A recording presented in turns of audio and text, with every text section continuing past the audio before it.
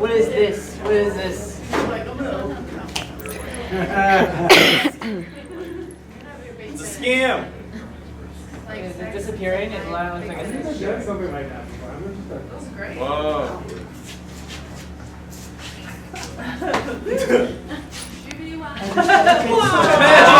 Whoa! Ow! I finished writing this an hour ago. Yay! New shit! Woo! Oh, it's new. Yay! And we're going to improvise something. I would love a bit of audience participation here. Never! Sorry. If anyone wants to come and stand around here and do an interpretive dance, that would be great. Thanks. Thanks so much. This piece is a short story-ish. It's called Pensy Pisses Off Mama Claus. Gather around, my snowflakes. Go. Let us cause a blizzard. I have a little story about a government-sponsored lizard. His name will be a swear word 4 years hence. But right now you know him as Vice President Pence. This is a work of fiction, as far as we know. Pensy doesn't get out much anymore. He tried to theatre once, but the liberal fascists booed him. They'd have booed Jesus.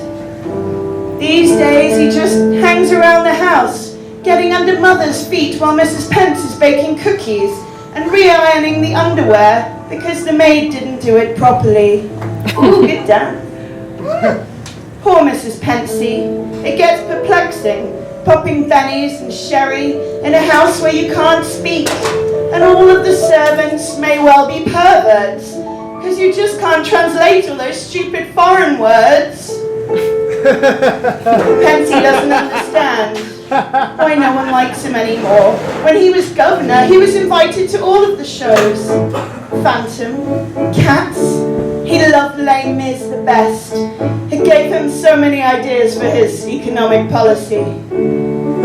A solitary tear escapes his eye and begins its inevitable descent down the canyons of his face. It's a metaphor, I don't use many. Oh, Mikey, they don't like you. It's as if your ideas were slightly fucked up. It's as if you had no human emotions, just a waxy ball of scabs. He blots the tear with a manicured finger soft as a baby's ass, as terrible shame inflates him from his colon to his ribs. He slaps himself once, twice, 3 times, crying for girls. It feels good to be in control, like a real man, like a vice president of the US of A. He breathes deeply, relishing the sexy sting of self-control. Total change here. It's lovely. It's so sexy. You can feel it.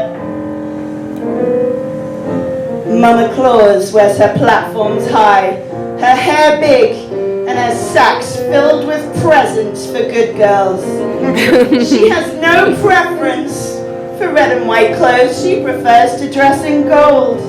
But you've got to feed the marketing arseholes something that they can flog their fizzy pop and leave you to do your job judging humanity. She likes the seasonal work. It gives her a chance to sleep like a baby, wrapped in the arms of a handsome elf 11 months of the year.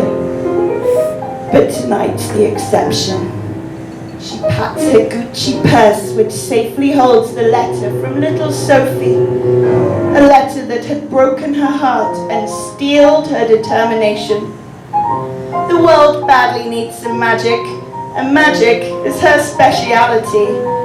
One motherfucker is about to find the true meaning of Christmas.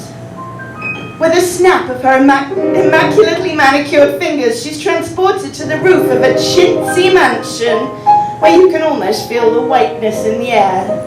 It's not to her taste. Mama Claus's pad has velvet walls and a sound system you would kill your pets for. What people don't know about fairy dust is that if you're fabulous enough, it does whatever you ask. Want to blind someone? Sure. Want to make someone fall in love with you? Easy as shit. Want to impregnate some uptight dude against his will? Okay then. Fuck this guy, whispers Mama Claus to herself, gently blowing a little fairy dust down the chimney. Oh, Mikey, you're excited by the concept of ladies growing life. You're breathless for a fetus, so I'll bless you with the ultimate gift test.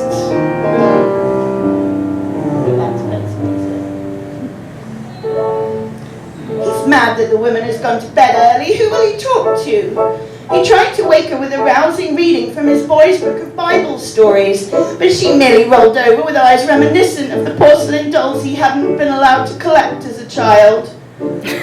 Now he was cured, he would smash those stupid dolls. His ears prick at a shuffling sound upon the roof. He scampers to the fireplace where a kerfuffle is occurring. What is this? Dust? It smells wonderful. Like brut aquatonic with a tang of musk. It surrounds him in a glorious haze. He breathes it in. It tickles the inside of his throat. He knows he should step away. Nice vice presidents shouldn't breathe in strange, glittery clouds willy-nilly. Ooh. It reminds him of that glorious summer at camp with Michael when they had just been boys. Beautiful boys, intertwined in velvet pleasure. Ow! His eyes are closed. His mouth is open. He accepts the cloud. Somewhere on the roof he hears a siren song and the hooves of a fake reindeer. Oh, Pensy, you tease me. I thought it was easy to grip your virtue, not bow to the sleazy. Now you've been fire-hosed. Should have kept your mouth closed, dirty bitch, dumb hoe. 4 months later, Pence wakes up on the couch. He hadn't made it to bed again last night. Instead, he'd fallen, shattered where he lay with a sweater covering his face. For a glorious moment, he thinks it had all been a dream like the ones he'd had at college where the gays had followed him into the gymnasium. But alas, the evidence rests there below his rib cage, his belly blooming with putrid incandescent life. Chunks rise in his throat in eggy belches. Blood pulses at his temples, cold and fearful. There is lead in his veins. Real men don't cry, he tells himself, but is he still a real man? It hits him all at once, like the snowball in the face he'd feel every winter through school. The vice president can't be pregnant. He didn't have the time, the resources. He would be shunned and questioned. He didn't know the mother. He was ashamed. He couldn't do it right now. It was against God and all that was holy. It was his body for Jesus' sake.